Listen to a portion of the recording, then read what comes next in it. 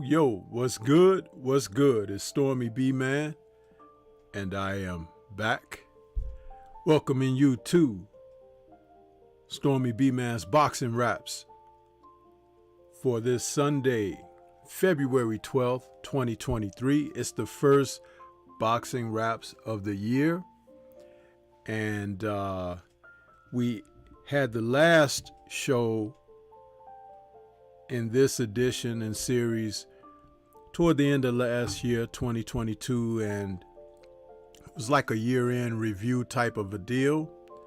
And this is going to be kind of like an opening of 23 acknowledgement, because we've had some interesting mix-ups in boxing to start off 2023. And this is just February, but the sport is going strong. So that's going to be kind of like what I talk about this morning on this show. The call-in show is taking a break. I was so, I guess you could say, frustrated with last Sunday's performance that nobody would call in, nobody would hit the like button, but we had hundreds of people out there. I mean, I don't know what you guys are doing, man. I really don't. But I can do other fare. It's one of the reasons why I made certain to put myself in a position. The creative process is not lacking on this end. Not at all. If you don't want to be a part of that journey, that's fine. You're free. Spread your wings. But understand at the same time, Stormy is going to be doing his things. You dig? So have at it. You won't stop me. I do my thing, you do your thing. It's the way it is. It's the way of the world. There's going to come a time when you won't be able to do any of this. I told the story about the brother Curtis Anderson, aka Kurt Sugar, my former collaborator, dearly departed brother, great boxing mind, great soul. When we lost Kurt, all these people were coming around talking about, oh man, Kurt's gonna be missed and this and that. But when we were live doing shows, you guys weren't even around. You were somewhere else. And Kurt had so much to offer. He did a regular stint with Blue Blood too, and that was the only place where he could really get a lot of eyes on him, because Blue had an audience like that. But if you loved the man so much, why you weren't supporting him more? And now he's no longer, able to broadcast with us. He's not gone, because his content is still out there, is still behind. On this channel, the Three Wise Men Show is available to anyone who has become a channel member, and rightfully so. You have to be a true supporter of the content, the channel, the platform to have access to that fare. And it is only fair that it be available to members. No free rides. No free rides. Yeah.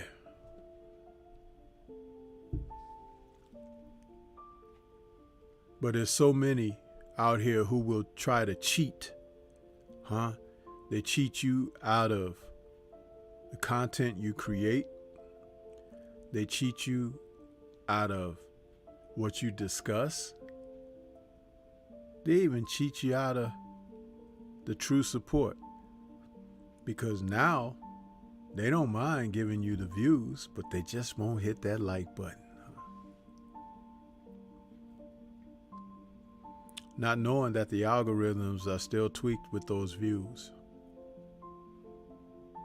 The like gives you a different form of support and acknowledgement for when people are going through the search engine. Post-fight show last night had over 1,000 people in there, but less than 100 likes. What sense does that make? How could 1,000 people come around and not like? You're coming around, really? That's like walking into a burning building just to feel the heat. How much sense does that make? Yeah. But here we are. The title of this show, Stormybman'S Boxing Raps, is another of my play on words.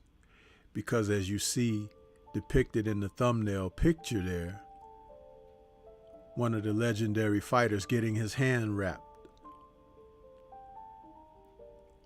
But the word rap is a play on multiple meanings.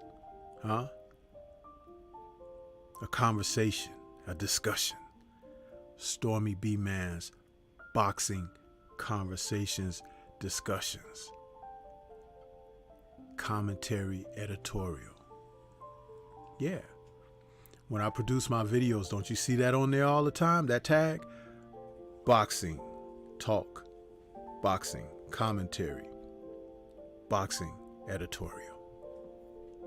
Very consistent from when I started. There's a reason for that. Consistency being the key. Unwavering. Being a person who can hold the fort. And the more that you can hold that fort, the more that you dig in, the more depth which you can find yourself going. Because you're rooted in something. There's a foundation to stand upon. There's a foundation to build upon. No superfluous here.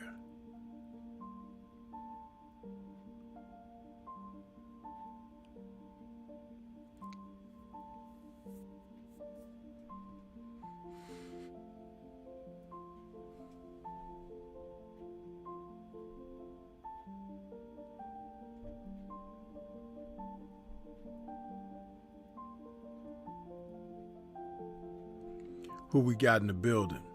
Let's check it out.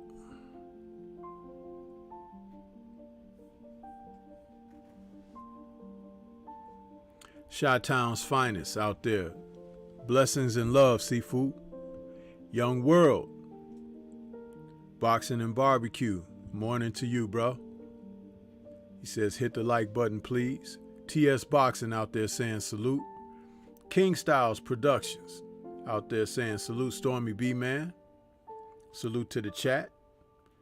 Robert Singleton is out there saying salute, Sensei. Salute to you right back. Dub Right Side, haven't seen you in a minute, says salute, Sensei, in chat. and the rest of you guys are greeting each other. Appreciate that.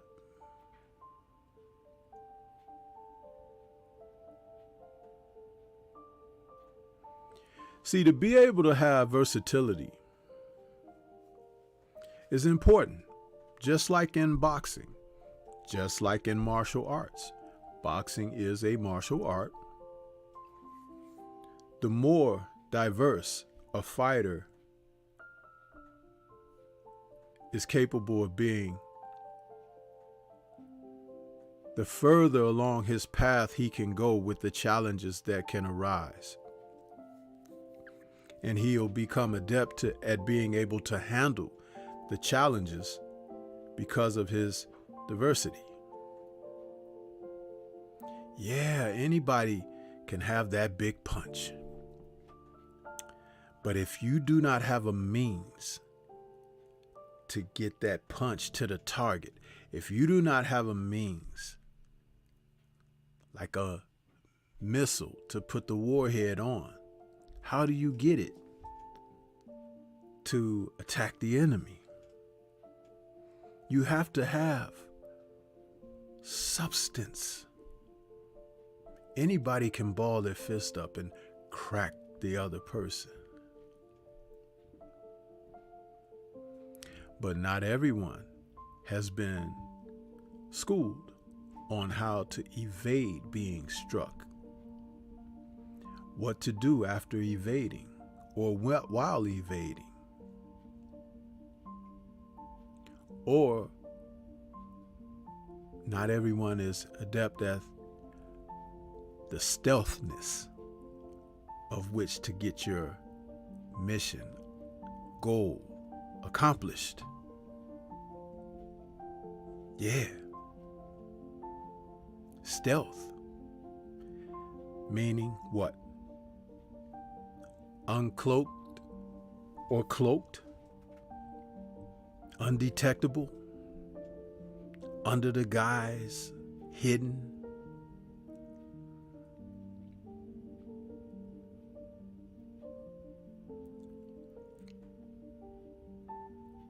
I'm not stealth in this content, but my content is like that proverbial onion. You can admire the surface if you want, or if you want to be a more involved person, you begin to peel back the layers of that onion.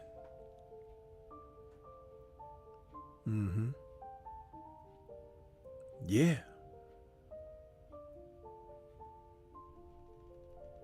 Bring tissues, because you might tear up, just like that onion will make you tear up when you're chopping it up, opening it up. It's all part of the process. Yeah. Gregory X, what's good with you? Haven't seen you in a minute. Are you still over there in the motherland? Boxing and Barbecue says, below the radar, another aspect of stealth. Yes. Diana, Queen Diana, what's good with you? How you doing this Sunday morning? She says, Stormy, peace. Thank you for that. AJ64 is out there saying, salute, Stormy. That's right, Dub, right side. Tears come with peeling back layers sometimes. Yeah. It's just another one of the reasons why we have skin over our skeletal existence. Because beneath the surface of the skin are what? Nerves to be protected, right? You peel that skin back, you begin to feel things, don't you? Huh? And oh, when you get to the white meat, why is the meat white under the surface? Has anyone ever figured that out? When you do, let me know. King Vonnie, 86, what's good with you? Says, peace, Stormy B-Man in chat.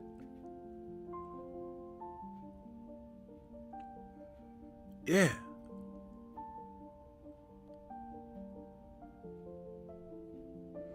There's a lot more, man. There's a lot more to have outside of just the punching, the bleeding, the sweating.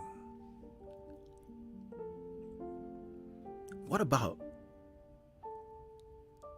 making the ultimate move, the chess move? Huh? I beat you to that spot. I evaded an attack and countered with a counterattack, and I scored. I made you look foolish. I did a number on you. Yeah. Now you want to come harder at me. But I'm getting ready to show you a few more tricks. Because the harder they come, the harder they fall. What I know. Yeah. Shout out to Jimmy Cliff. Yeah, Gregory, so you still over there, huh? Live it up, bruh. Live it up. Soak up all of that natural resource over there in God's land. Yes, sir. Lala D is in the building. What's good, Lala D? Lala D, we're going to have to get together and have that honey fried chicken that we talked about if you haven't had it already, because it's been a minute and I want me some of that honey fried chicken. Gregory X says, I will visit stateside when it warms up in May. I feel you. Gregory, when you come here, what part of the country will you be visiting?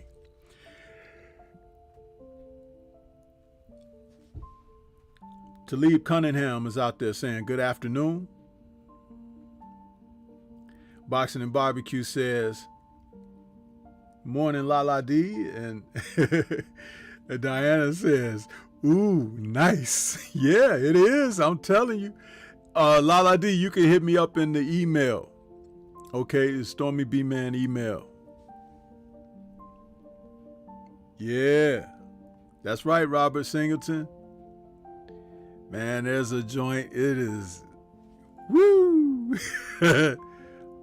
For those of you that like that Yardbird, you know what I'm saying? And, you know, as Dave Chappelle so fondly said one time, he was like, now y'all know that black folks and chickens are quite fond of one another.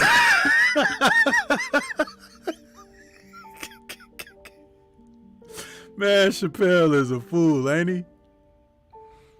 That brother is crazy.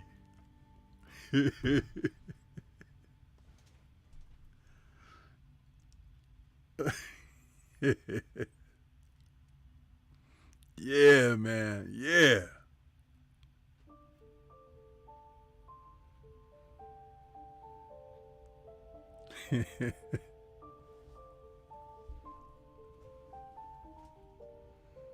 Okay, Texas, Gregory, okay. That meet and greet might be around that time, I think. May or June. I think they're shooting for Juneteenth, I think.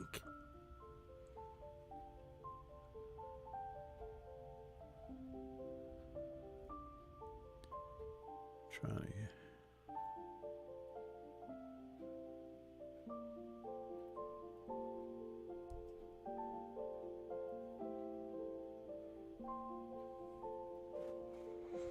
Well, last night we had a pretty decent fight card on Showtime where the young brother, O'Shaquie Foster from Texas, Gregory X, got an opportunity to win his first world title, man. Super featherweight championship for the WBC in a title match against Ray Vargas. Yeah.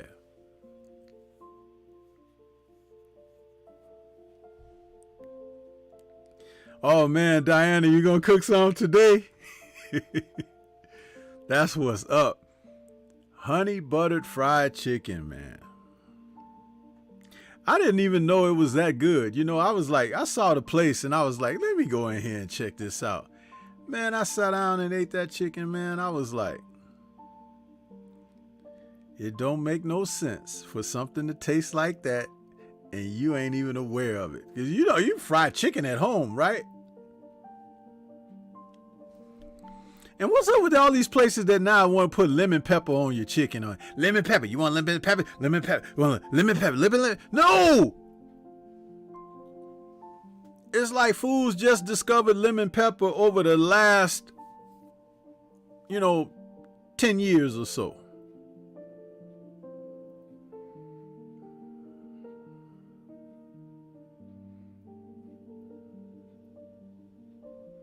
Robert Singleton said he just found his Super Bowl snack.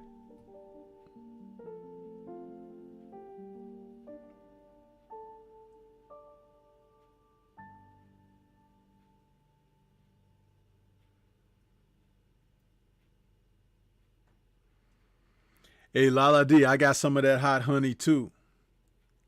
I let you in on a little secret. I know the guy that makes the stuff. Yeah. He was in town, just before Christmas? And he dropped off a bottle and a couple of packs. So Stormy got that in the cupboard. Yeah! Yeah! He used to live in the building where I work. Cha-ching! Yeah! Renee Box Young fell in the building. Renee Box Young, I'm disappointed in you, man. You never emailed me. Yesterday came and went. We couldn't do the in the eye of the storm, so it's good that you come in here so I can put you on blast in front of the whole family, huh? Because that's what I do, huh? I pull the curtain back on you, huh? You come up in here, never gave me the email or whatever so I could set up a time and everything to do the in the eye of the storm. Now you see that? You see that, y'all? This is what I'm talking about, where people, they come in, hey, brother. You ain't no brother. Get to the back of the class. F+.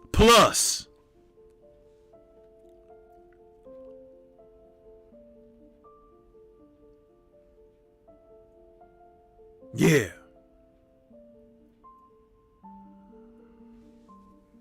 See, with brothers like that, that's what people do. They shoot and kill people like Martin Luther King and Malcolm X and everything. Yep.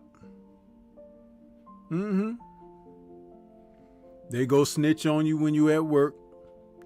Hey, boss, he back there with his feet kicked up on your brand new cabinet. Deletion.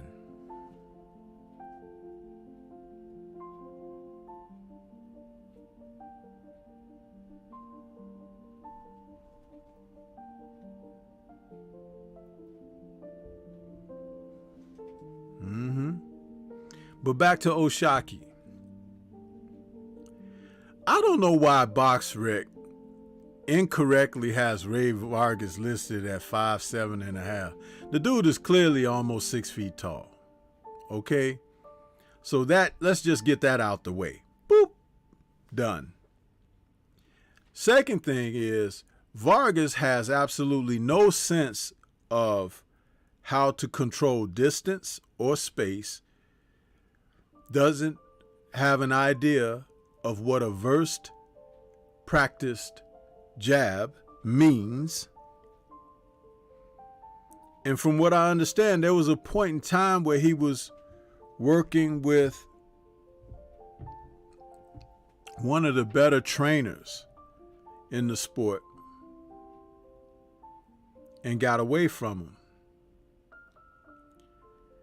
All to prove why these young men today, they move around and everything, don't want to pay and stuff like that, and they find themselves unfulfilled.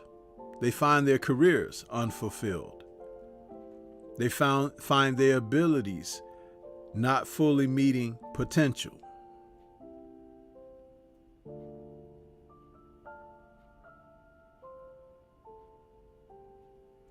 See, the relationship between a boxing trainer and whom he's training, it's a journey.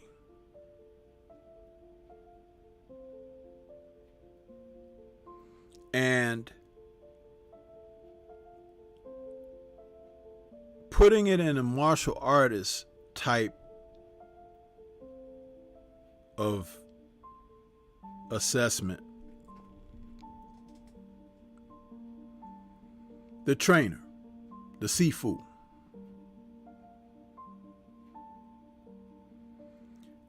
typically has a way, a method.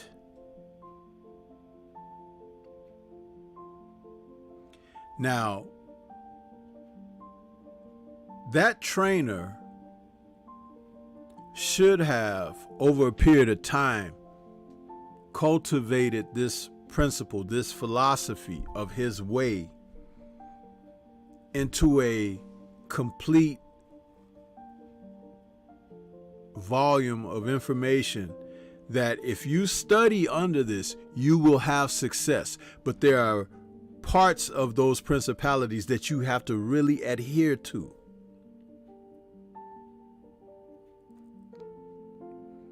Something as simple as teaching you footwork that can assist in you getting better leverage on punching, or getting out of the way of punches without appearing to run or to create too much distance, because real estate in boxing is very important.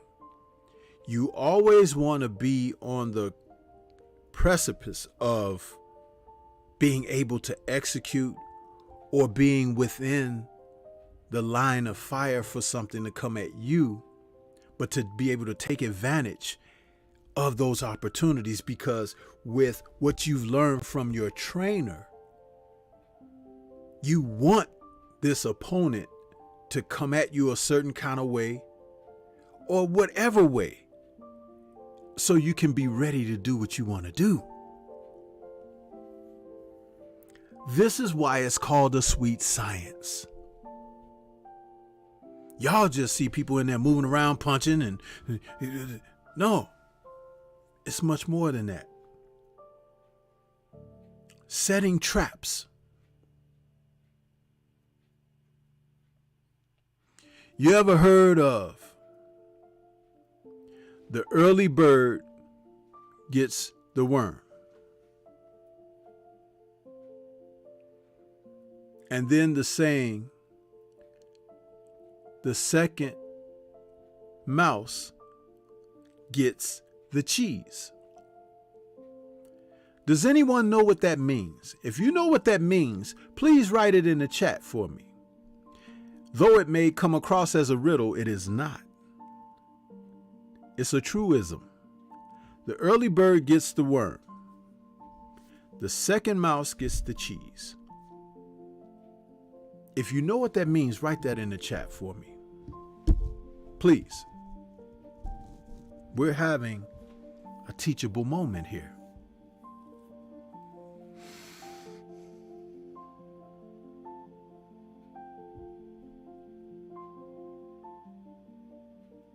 Yeah, you're right, Renee Box Young. He left Nacho Beristain, and that's what I was talking to.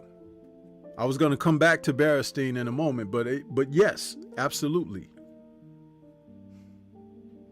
See, Beristain would have told him certain things that would have offset a lot of what Oshaki was doing, and Oshaki was very repetitive in what he was doing last night, and a coach like Beristain would have been able to pick that apart. But would Vargas have had the discipline to do what Beristain wanted or needed him to do? That's the other part.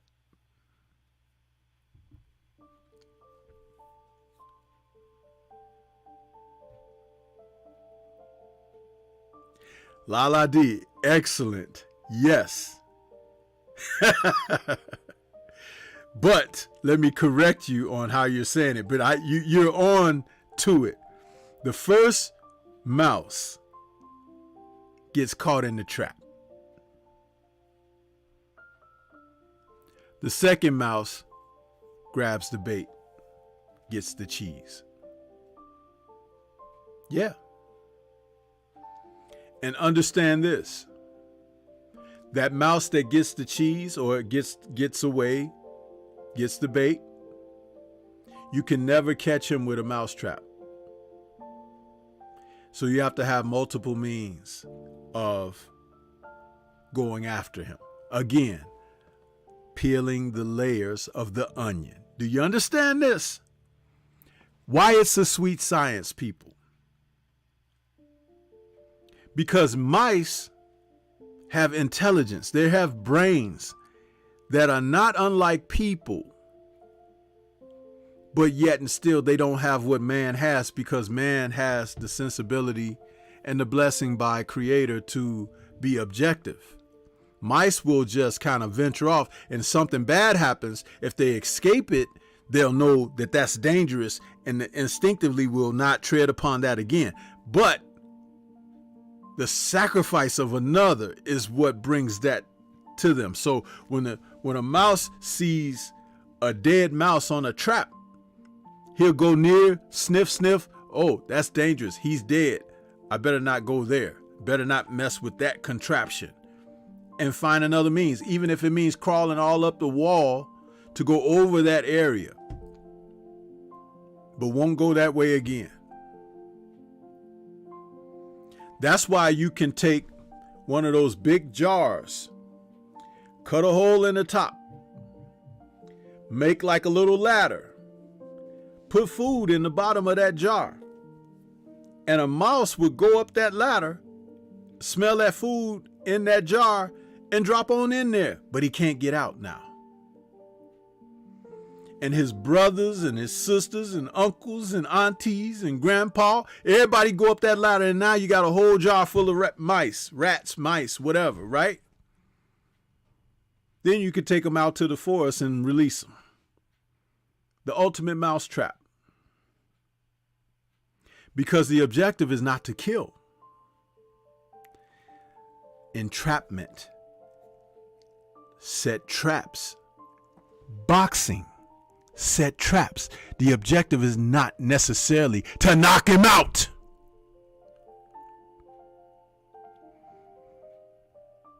But to confuse him. But to make him unsure, apprehensive. If the knockout comes, it comes. But you don't seek the knockout.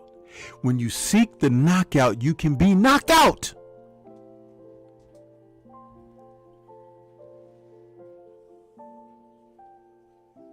Yeah. How about that? But y'all ain't listening to me. You don't listen. You don't even hit my like button when you come in here. Don't understand that at all. What the hell are you coming around for? I talk about this all the time.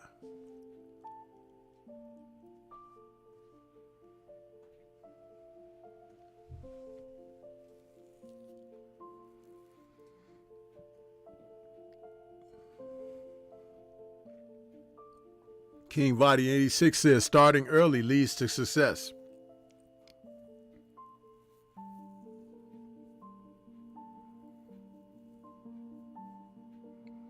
It doesn't necessarily lead to success.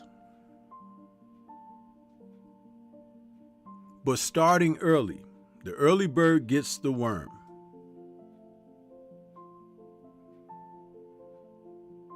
Worms come up to the surface from the depths of soil early. It's like a natural order of things. God made it that way. The worms will come up.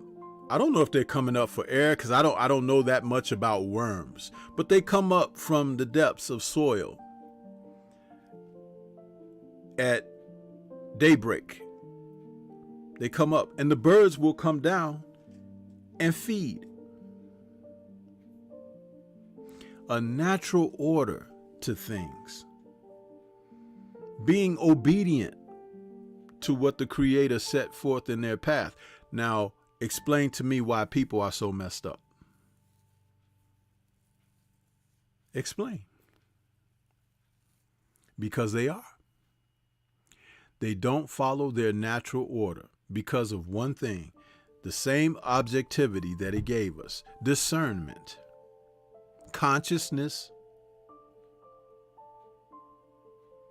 We choose to not follow it. We choose to not adhere to it or respect it. And it is a choice that we find ourselves on the bad side of events, happenings, by being disobedient.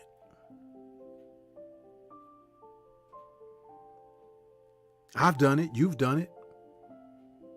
And we'll probably do it again, not necessarily with intent, but because we fall short. But to acknowledge it is the beginning of coming around, turning a corner.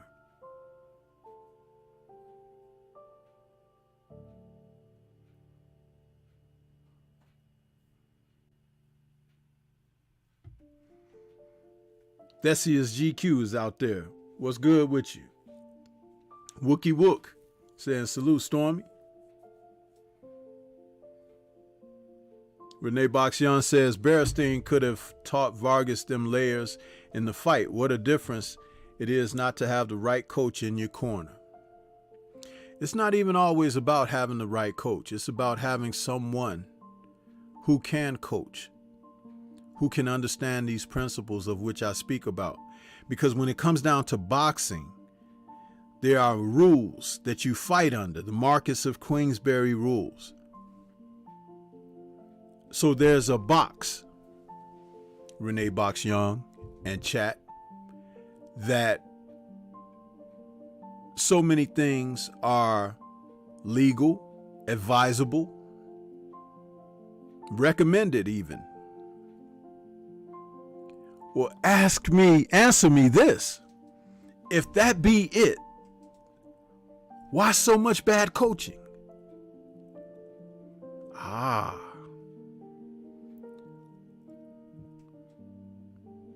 Think about it. In school, there are plenty of teachers, but some are so much better than others, aren't they?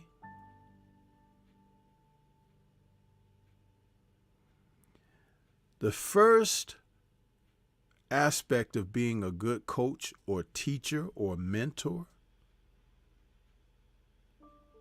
is to understand that between you and the pupil or the mentored, there has to be a connection. It can't be I'm up here, you're down there. They're up here, you're down there. No.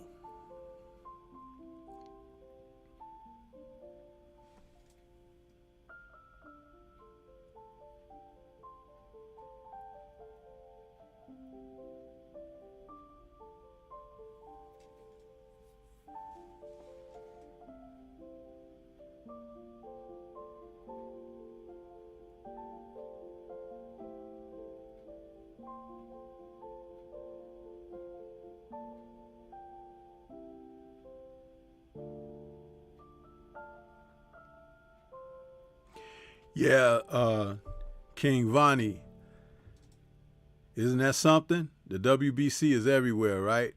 But I did a video a little over a week and a half ago, almost 2 weeks ago now. I talked about Mauricio Suleiman and the WBC and what needs to happen. Again, that video didn't get a lot of views, but it's on my page. You're free to go back and look at it. I could have went a lot harder and deeper, but I was trying to sound an alarm for people to pay attention. And here we are.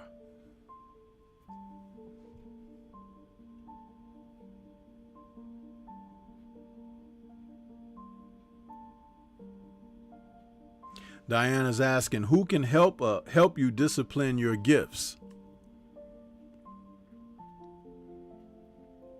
Your gifts are not to be disciplined.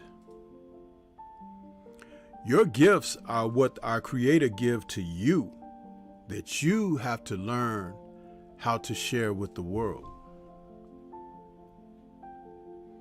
And it is about sharing, because if you do not share your gifts, He take them away.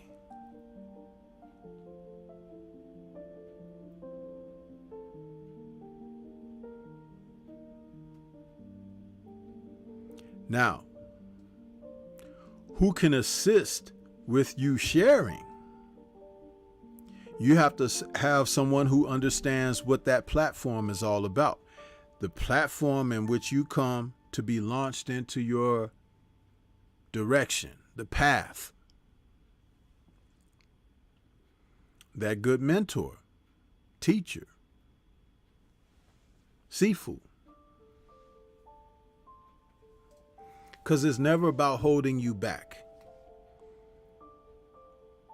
It's almost like what birds do when they begin to mature, right? The mama bird kicked that bird out the nest. He has to learn how to fly and go seek out food for himself and everything, because when they were little chicks, the mama bird would bring food to them, right, and feed them. They all in there, and the mom just dropping food in their mouth, because they babies then, right out of the egg. But when mama bird kicks him out that nest, see ya, you're 18 now. Did some of y'all parents do that to you? You're 18, huh?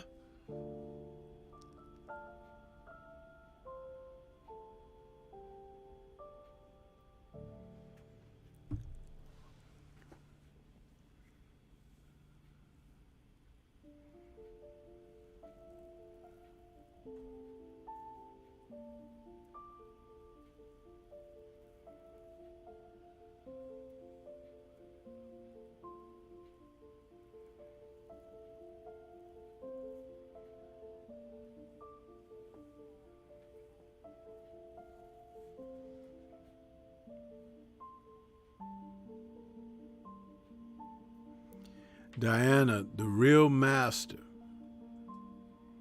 would never want you to feast on crumbs. The real master wants to fill your cup.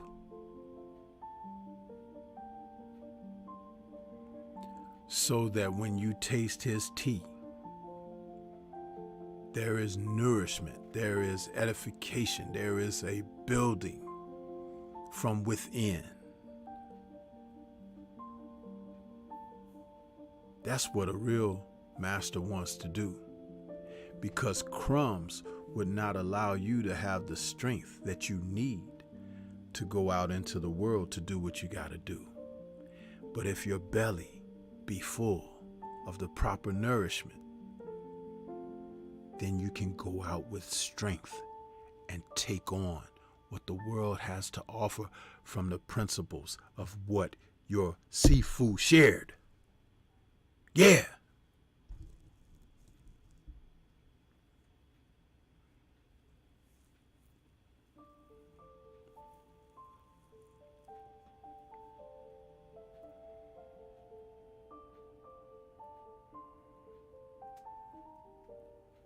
See, some people think that they know it all, which is why their cup runneth over. And when you've come through that system of understanding that your cup runneth over, when you go out into the world, that overflowing cup stains up the community, huh? And people don't expect to sponge up your mess. That's why life will kick you in the rear end each and every time. There is law and order. There is hospital, and there is the undertaker. You can find your way to either of those at your own pace. But if the proper mentorship has been received and invoked through your actions. You can stave off meeting up with those people until your fateful time comes. But don't rush the process.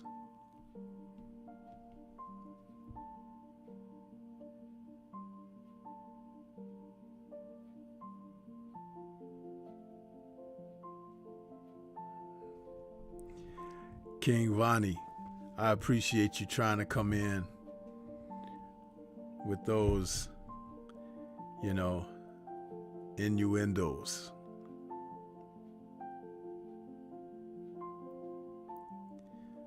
But that's not what this is about. It's not. It's not.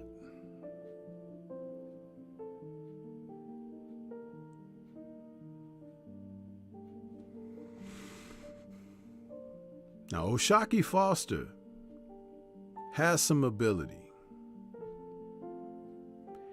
but I would like to see him develop a little bit more of a means to attack opponents. I didn't see enough body work last night. I didn't see enough of he taking the fight to the other guy, because it became obvious at certain points that Vargas didn't really want to get hit by him and was trying to stay clean.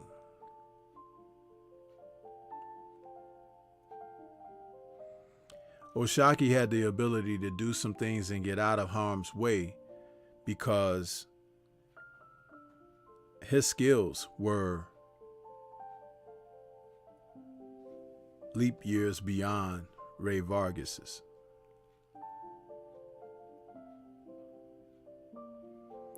But when he takes on opponents that have similar type of attributes that he has, that's when you're going to find out more about him. And that might be a little shaky right now. He has time to get it together. But take note of that. Take note.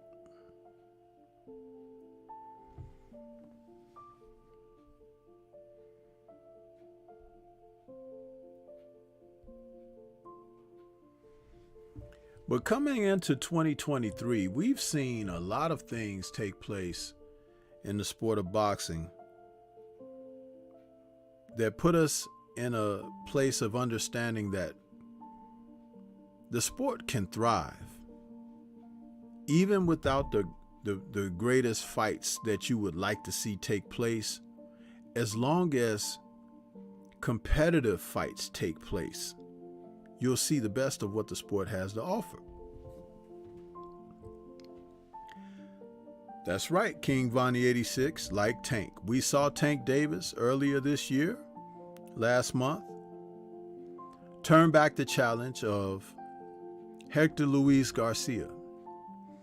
And in that fight, Hector Luis Garcia, who was noted as a pretty decent boxer with a punch, though he was coming up in weight to face Tank. He had Olympic pedigree. He had some upsets on his record, a newly crowned champion.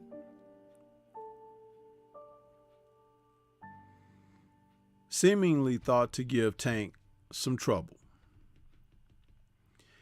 But the thing about this is this. Tank has some experience under his belt that has placed him in a special existence where he can thrive according to what his gifts are. His gifts are, he has good footwork, fast hands. He's a thinker in there. Tank can adjust. He's been schooled well. And now that he seemingly is coming into a place where he's maturing better. I think he's becoming very confident in what he's capable of doing. He doesn't have to go out there and get into a slugfest. He can set traps.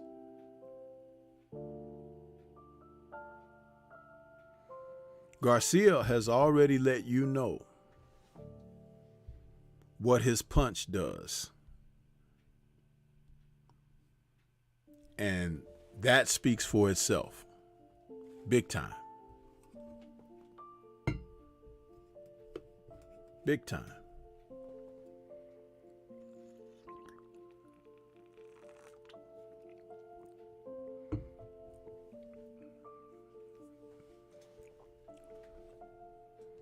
Got my cocoa this morning. My cocoa. So that was a pretty darn good fight for Tank Davis. All the more reason to make you want to see him face off against other fighters like Devin Haney, Shakur Stevenson. Forget about this Ryan. You won't hear me talk about that kid very much at all, because he's a novelty in the sport of boxing, just like Butterbean was many years ago, a generation ago. That's Ryan of today.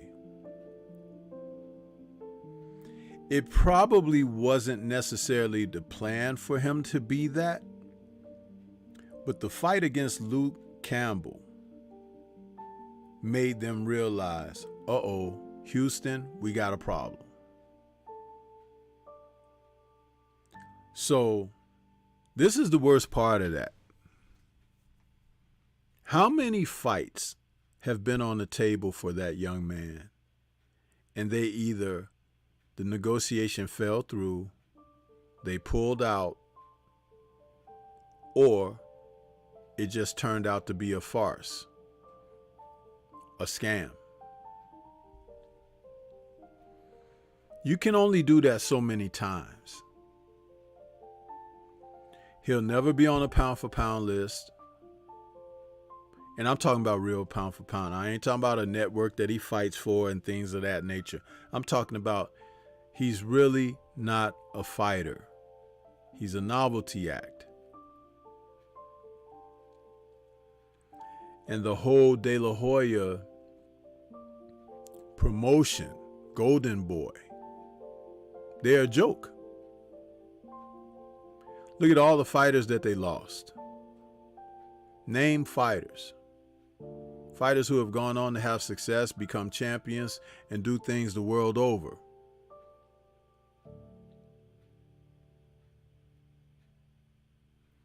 Some of these things just need to be said and acknowledged for what they are, and left right there. You do not give life to inanimate objects. Golden Boy is dead. They got a gentleman that's heading things up that is always under the influence of substances. That's bad.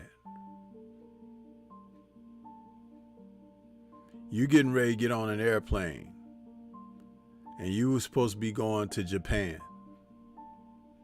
but you're a pilot. You saw that movie, Flight, with Denzel Washington. Your pilot is chemically dependent. Or do you want to get on that flight? Knowing this beforehand? When you don't know, you don't know.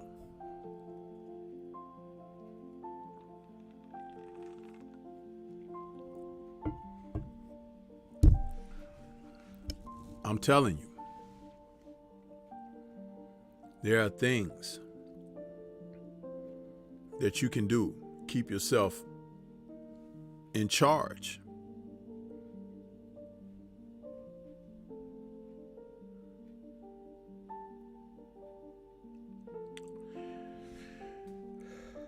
Renee Boxion says, I agree. I don't understand why people hyping up Ryan so much as if he's on Tank's level, man.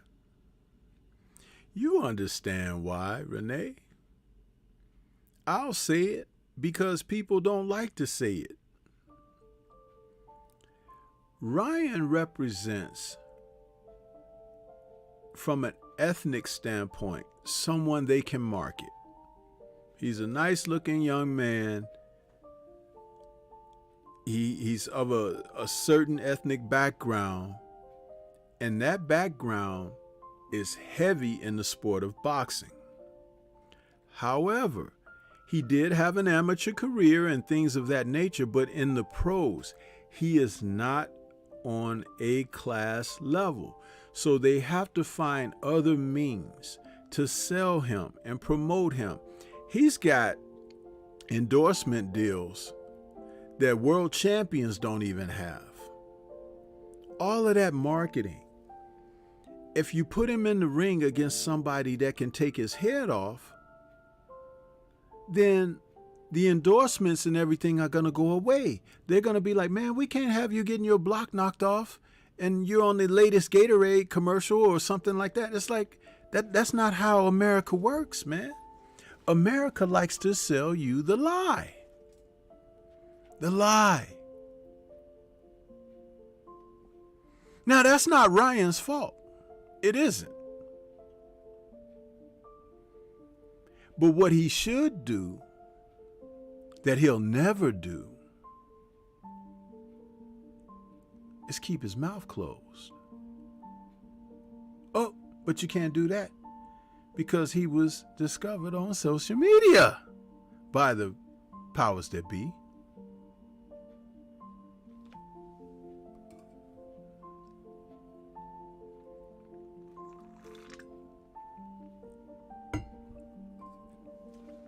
Even having a quality trainer like Joe Goosen ain't gonna help, because it ain't Joe taking the punches. You understand?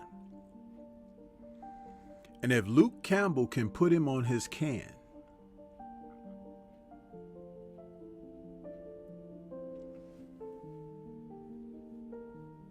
Tank Davis, Devin Haney, Shakur Stevenson, all of those guys that were around him, Regis, Teofimo, even Teofimo, they'll smash his can.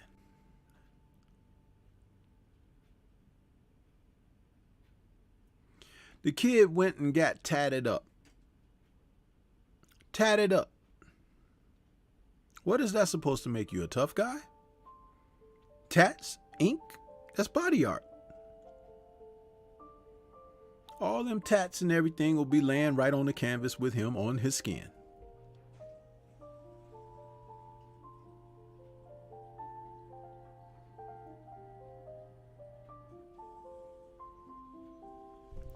Well, Diana, that's because, remember, Oscar, when he fought, he did have a legacy of prominent fights. He didn't fight everybody he should have fought, but he fought a lot of guys, and he had some success. He also had some robberies over other people, which was amazing how he cried sour grapes when Felix Trinidad got his victory over Oscar. But again, Oscar represents that ethnic portion. So they're never going to crap on him. And we've said it so many times. The blacks are the enemy. They're the ones that they're going to always come down on and find things to say. When you have immigrants come into this country, they're telling the immigrants, watch those blacks. We're the only class of people that from the roof to the basement are vilified and downtrodden, spat upon, made the enemy, under conditions pretty much created by the same people who have that outlook on you.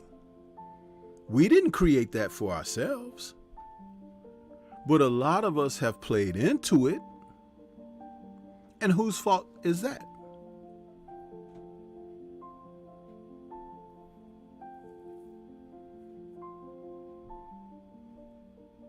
If Al Heyman or Don King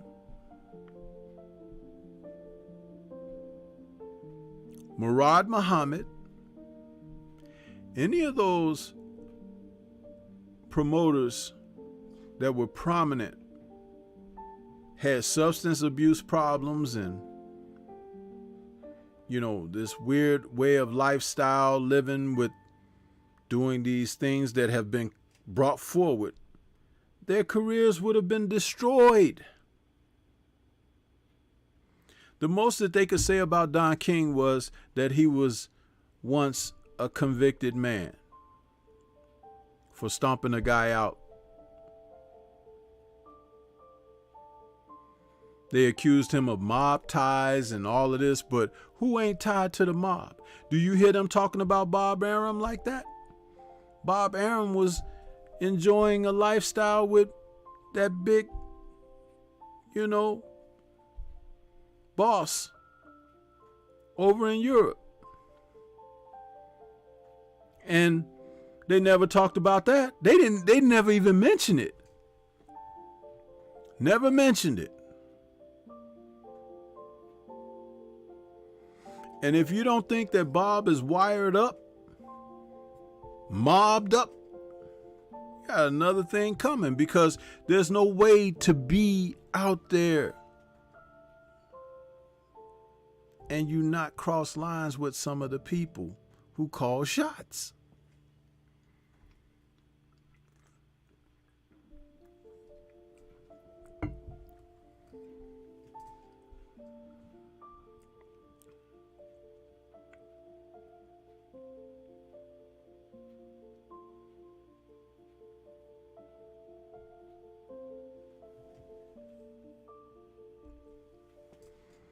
Eubank Jr.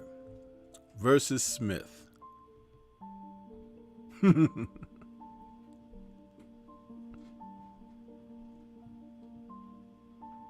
This fight here, man, controversial. And it couldn't have happened to a better pair of UK dudes, huh? Smith of the Clones of Smith family defeated Eubank Jr. with a knockout. But hindsight, checking things further, saw Smith resort to, after the first round, dirty tactics, headbutts, elbows, low blows, hip blows.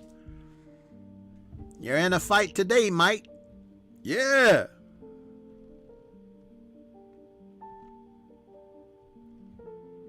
It was a devastating elbow that put Eubank Jr. in this position that you see in this image right here. And it happened. And because Smith is who he is and Eubank is who he is, nobody gives a damn. But it happened. 2023 stars up even with the dirty stuff. Huh? Yeah.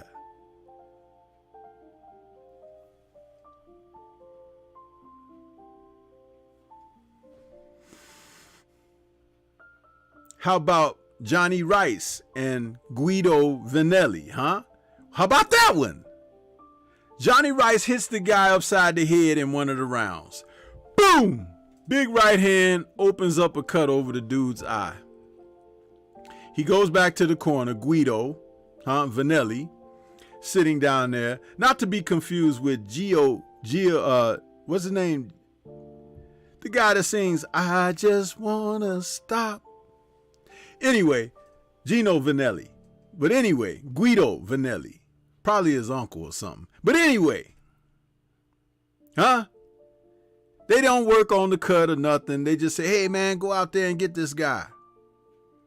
So he goes back out for the next round and takes a few more punches, upside that eye. And he's bleeding like a stuck pig now.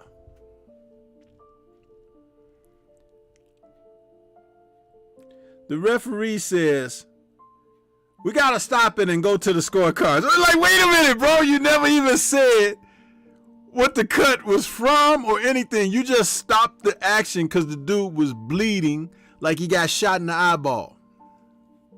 Now, I remarked in my post-fight show and everything, made jokes about this and everything, because it's still funny. The referee never said clash of heads, the cut is from a punch. He just stopped the fight and said, we're going to the scorecards.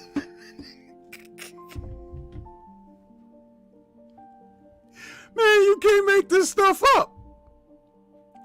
Guido was supposed to have Johnny for lunch.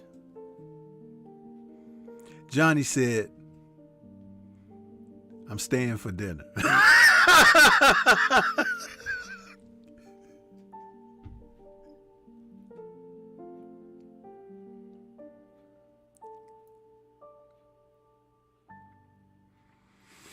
Man.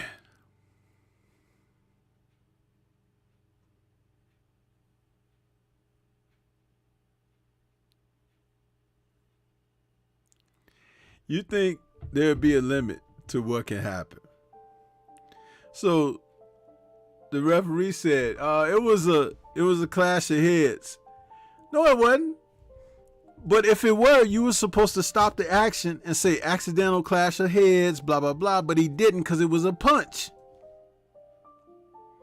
But the ref didn't even acknowledge that. He didn't acknowledge anything until after the dude was bleeding everywhere. And then all of a sudden he said, we got to stop and go to the scorecards.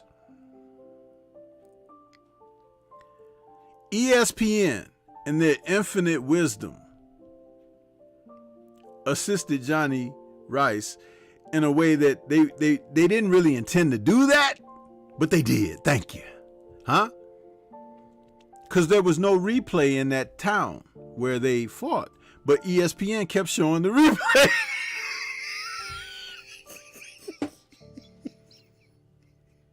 Oh yeah, it's the right hand. Right outside Guido's eye. Oh, he's hurt. Oh, he's cut, you know. And so they kept showing, oh, we got to show people this. They done stuck their foot in their mouth and everything. So they called the referee. What was it, Benji Estevez or whoever he was, the little short tattoo looking guy. He goes down. Okay, I'm going to look at the monitor. I'm coming down. He's come down and he looked at the thing and he was like, oh shit.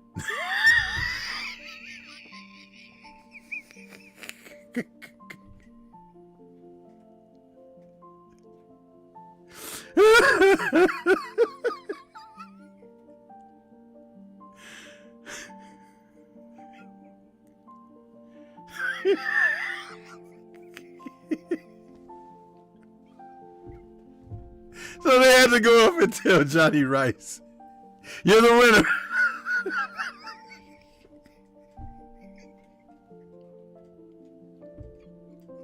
The only thing that would have made that better is if they would have played Vanelli's uncle's song, I just want to stop and tell you what I think about you, baby. On the way out, they should have played that song. But hey, man, salute to Johnny Rice once again, taking another guy's dinner away from him. I'm staying for dinner, he said. Johnny Rice is the man, huh? When you want to fight, you want to have a fight, and you bring a guy in at the last minute, bring in Johnny Rice, man. Bring him in, cause he gonna put some upsets on the table. I'm gonna tell you, he gonna do it. So Eubank Jr. hasn't told us whether or not he wants to exercise the rematch clause with,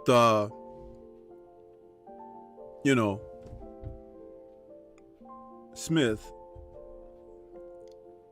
And nobody cares. He talked the talk. He couldn't walk the walk. So it's that easy.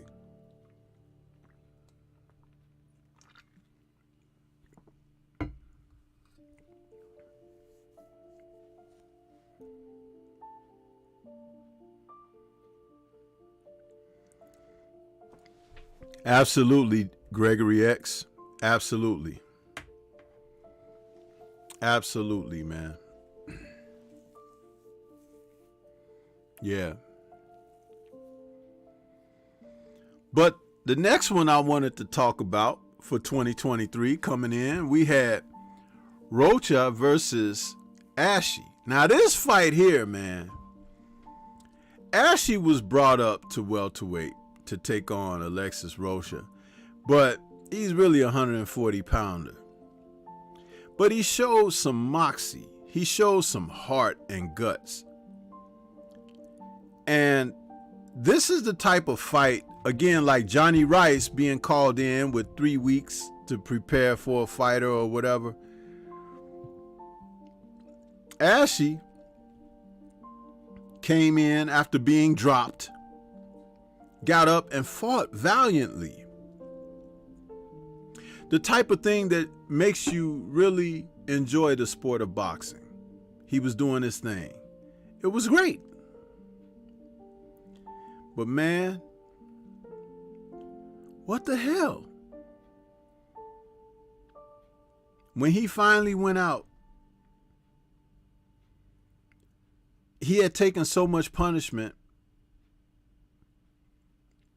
You kind of feel for the guy because he fought beyond what his abilities were in this fight. And now Rocha has positioned himself in the Bud Crawford sweepstakes over there at Golden Boy because, you know, guys like Virgil Ortiz are over there. And I personally, I think that Rocha and Ortiz would be a great fight. Yeah. Or he and Stanionis, or Virgil and Stanionis, they should get it on. Those are the fights, the type of fights that need to be made and talked about. Bud Crawford being over there at Golden Boy, I don't care. I don't care if I ever see him fight again, really. He's one of those guys that really turned me sour, just like Andre Ward did. And there's no coming back from that for me. When these fighters show me who they are, I'm done. Because if they're dumb enough to do that to you openly like that, that's who they are as people. And they might get on good behavior at times, but the bad behavior is who they really are. I said it, and I stand on it. No. I don't care. Don't care if you're in the Hall of Fame. To me, you're in my Hall of Shame. Ward, Crawford, soon to be joined by others, and I'll make my list. Hall of Shame for today's modern fighters in the sport of boxing. Yeah. I'll say what I will on that. And I don't care if I have an audience of supporters or whatever. My viewpoint on that is my viewpoint on it. You guys can suck their jocks all you want to. I don't give a damn.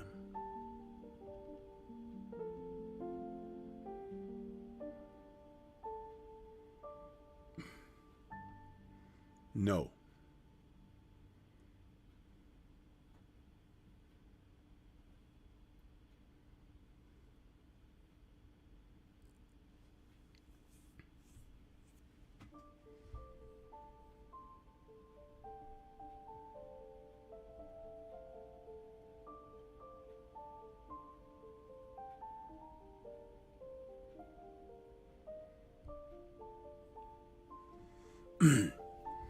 Another fight from a couple of weeks ago.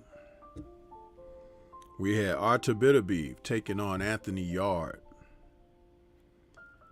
for a unified light heavyweight championship, 175 pounds.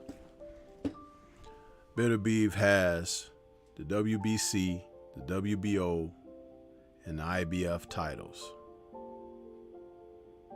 Dmitry Bivol has a grasp on the WBA.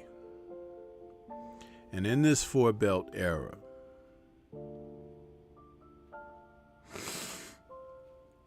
Beterbiev is proving to be the man of that division, even though Dmitry Bivol might have one of the biggest wins over a name in the sport in Canelo Alvarez, but that's not speaking a lot because he also has a victory over Joe Smith, who was a champion. He beat Joe Smith, but he decisioned Joe Smith.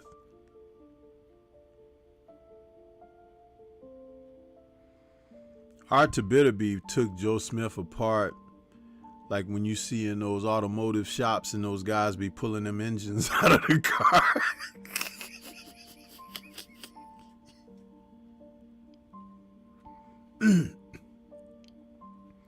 Once Beterbiev started piecing him up, there were parts and bolts and everything spread all over the ring.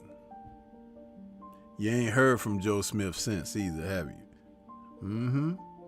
That's what happens when you get in there against a real dude and you thought you was the real dude, huh? You ended up for a real rude awakening. Yeah. And Mr. Bivol don't want that. Some of y'all out here thinking, oh, Bivol will get him. Bivol can box. And Bivol is mediocre. Yeah, he can box. Yeah, he understands how to control distance and stuff like that. Pretty decent. He has a pro-am style. But he does not have the ability to stay in with this man for 12 rounds. No.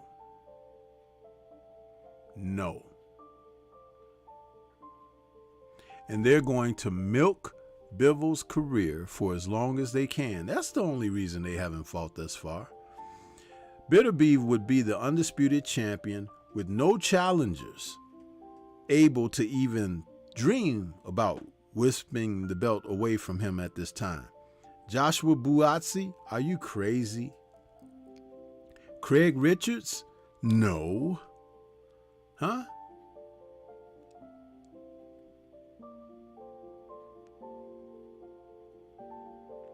There's even talk now. David Benavidez is talking about going up to light heavy. If David Benavidez got in there with this man, it would be one of the most one-sided ass whoopings you would ever seen in the history of the sport of boxing. When Larry Holmes beat the hell out of Randall Tex Cobb, sitting ringside calling the fight was Howard Cosell. And after watching that fight, he said he'll never call another boxing match because Larry Holmes beat on Randy Cobb so fiercely that Howard Cosell just was done with boxing. That's the type of beating Benavidez will take if he dares get in the ring with Artur Beterbiev. If his daddy loved him, his daddy would stop the fight just like Anthony Yarde's people stopped the fight before it became blatantly obvious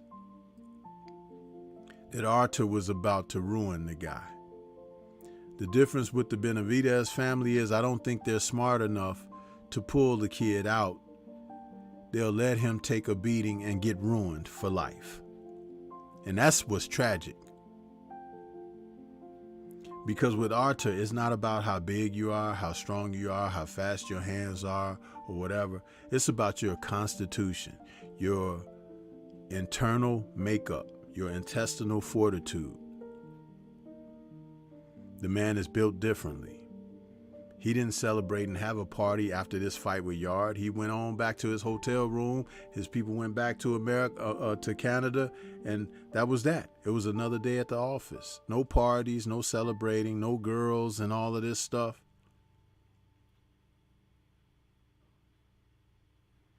Just a little powwow with some of his brothers, his Muslim brothers.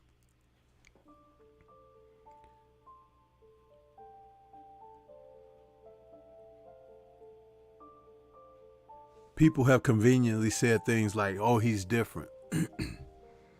But it's one thing to say that and another thing to believe it. The same people say, oh, that boy different. But they say, but Dmitry Bivol will whoop him. You're dumb. Yeah, I said it. I called you dumb. Because you're looking at something that you can't see when it comes to this particular champion. And champions like this come along once a generation or so. There was one called Ricardo Lopez, who was a great little fighter. One of the best little fighters that you've never seen, because Don King would not put him on headliners. He was always on the undercards or whatever of Big King promotions. But Ricardo Lopez was such a tremendous fighter, could hit you, knock you out with any punch in the game. But he was such a complete fighter and a beauty to watch.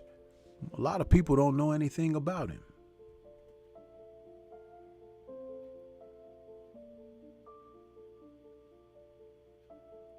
This man is like that. And he's not running around calling people names and stuff. He don't understand. It's really a language barrier there for him, because he thinks that I'm a champ, he's a champ, we should fight. Why we can't make the fight? As far as the boxing politics and the promoters and what network you on and so forth and so on, this and that, he don't even care about that stuff.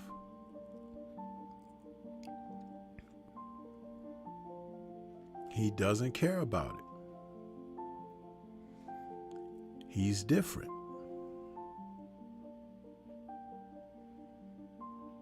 Bivol understands the business and the politics of boxing very well, which is why he's mulling over a rematch. A rematch with Canelo. Nobody really want to see that. Canelo didn't even want to take the rematch immediately.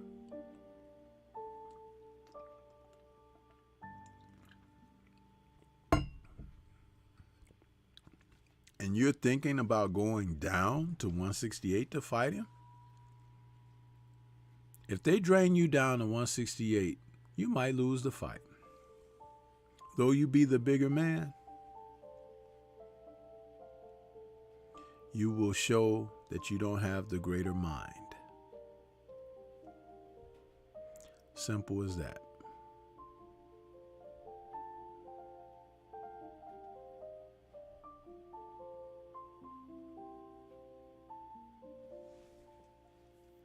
The activity has fallen off in the chat.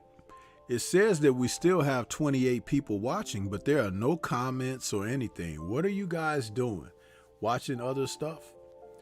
I think today is Super Bowl Sunday, isn't it? So some of you may be trying to get ready for that.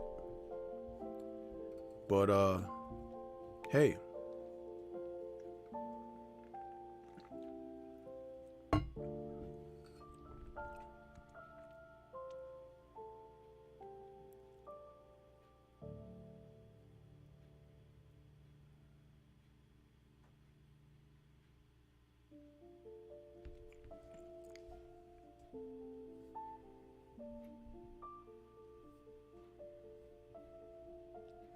So hats off to Artur Beterbiev, keeping the flame alive in the light heavyweight division. Hopefully, he will fight one, if not two more times this year. That'll complete what I would like to see out of him. But to whomever gets in there with them, God be with you. And I don't want to see anything bad happen to his opponents. But the guy is like Hagler. He is going through these people. Yahweh, I see you out there. Now, on to the ladies, man. Alicia Baumgartner and her performance against Elham McCauley. Listen, this was a tremendous fight between two combatants that were really trying to vie for supremacy at super featherweight, and these women were fighting for undisputed.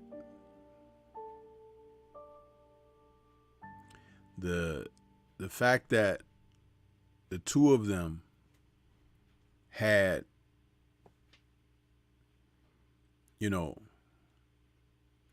the abilities. I noticed early in this match that Ellen was really trying to counter over Alicia's low left guard. And she was throwing that punch. It was a big right hand she was throwing, but she wasn't throwing it with accuracy. But I could see there was snap on the shot. And I'm like, whoa, if Alicia gets hit with that. But Alicia was definitely the better person when it came down to footwork and defense. She wasn't getting hit with any of that crazy stuff. But man, when she hit Ellen with that big right hand of hers, she knocked that woman off her feet. Alicia can punch, y'all. She can punch. A very good puncher at the weight and for the ladies. The nickname The Bomb is well earned, deserving. Yeah. And boy, did she really put it on. Ellen, she did. And salute to her for becoming the undisputed champion. Now she's just got to take care of that unfinished business with Michaela Mayer. You beat Mayer twice. Hey, sky's the limit for you. And I'm not saying that because I'm just pumping up Mayer.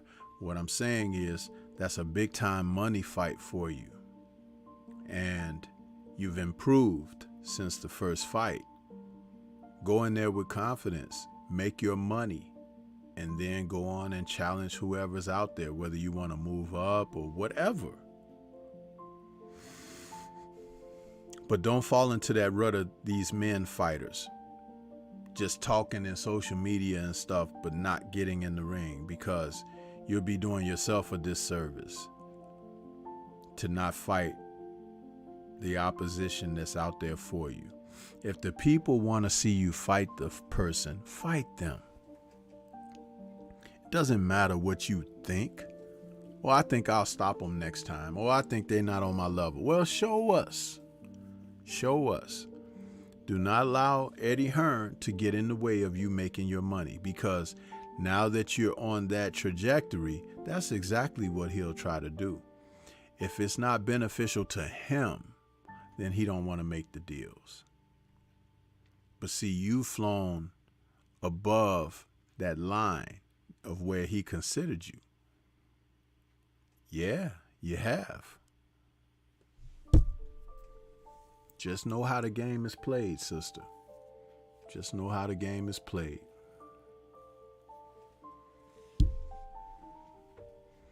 But you're going to be all right. The other fight on that same card, the main event, was the bloodbath that was Amanda Serrano taking on Erica Cruz Hernandez. These two women,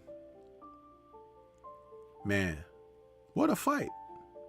And though this is not a beautiful shot from the fight, but I thought it was appropriate simply because of the type of fight it turned out to be. Nuts and guts, huh? Even though we're talking about the ladies, it's exactly what they exhibited. Cruz Hernandez made it into my thunderous top 10 for women based on her performance here. And though that head clash had her bleeding from a cut that was over her hairline, there was no quit. There was no, retreading of steps when it came to this woman. She gave as good as she got. And my goodness, if she could punch a little bit harder, this would have been a very dangerous situation for Amada Serrano. Yeah.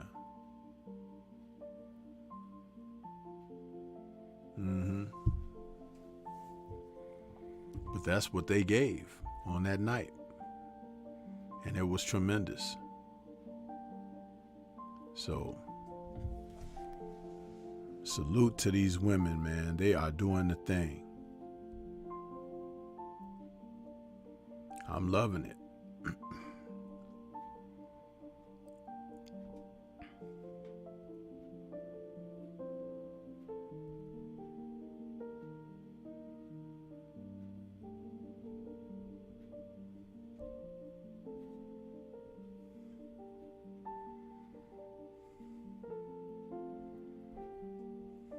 Yeah.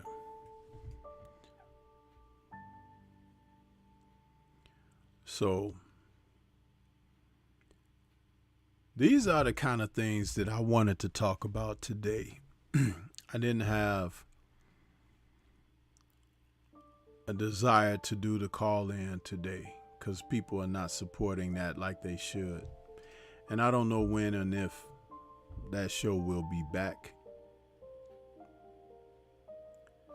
But boxing raps can always be a part of things because it's basically a discussion on the sport, what's happening, updates, what's on the horizon, even in having guests. So that's what that's all about.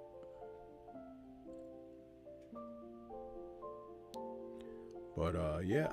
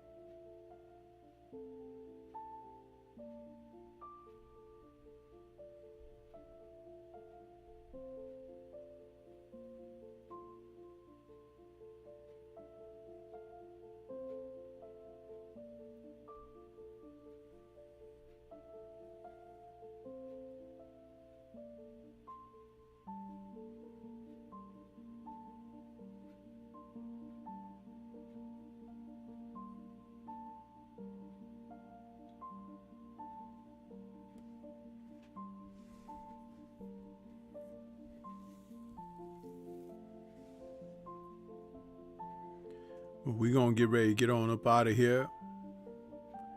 I appreciate everybody that came out today.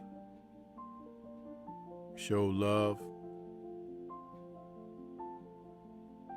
But today's Super Bowl Sunday, I think, and I hope you guys enjoy the rest of your day.